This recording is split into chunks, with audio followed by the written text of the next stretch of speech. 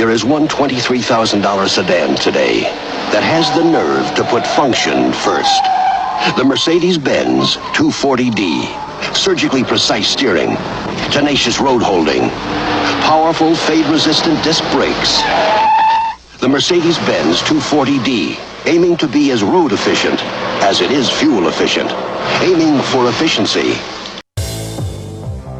It's the automotive icon of the 1980s, the Mercedes-Benz W123, a bestseller which had delivery waits of up to 2 years. Its popularity was no accident, for it was the result of meticulous planning and intensive research.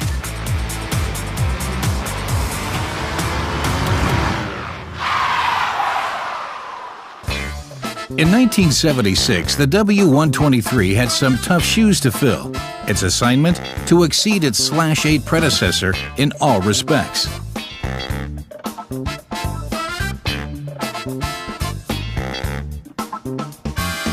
Eight years later, the time had finally come. The first W123s were delivered, and over the coming years, a total of 6.7 million were to follow.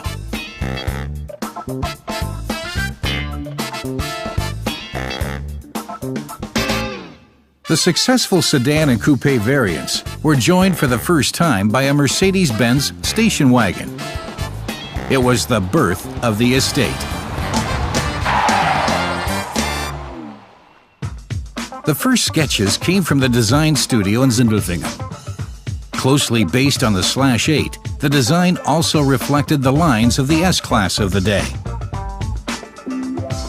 3 years before its world premiere, the design was already finalized, and only a few details were changed thereafter.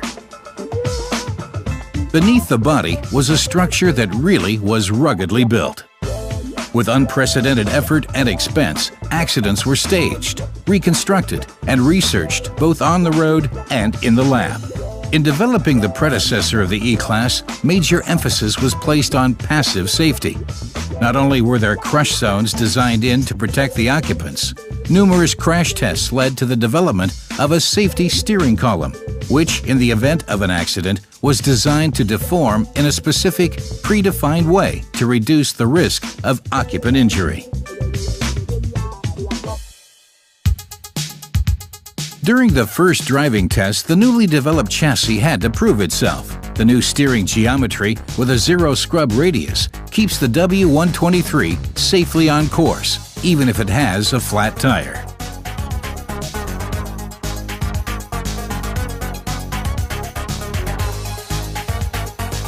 Whenever human test drivers weren't precise enough, the driver simulator came into use. In fact, the W123 drove many test kilometers without human assistance. Even today, prototypes are still tested under extreme conditions. Even so, we're not going to encounter a combination like this on an Alpine pass anymore. Right up until just before series production, W123 prototypes were tested all over the world.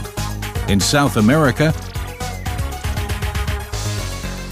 as well as in Africa. The W123 had to always exhibit the same degree of reliability. A wind tunnel and climate chamber are mandatory in vehicle development. For a vehicle in the upper intermediate segment, the obsessive attention to detail goes yet another step further. No matter whether it's the ashtray or the floor mats, each component is put through its paces and tested completely. In hindsight, the extensive testing proves that each and every test was really worth it. The entire model series 123 deserves a rating of above and beyond worthy.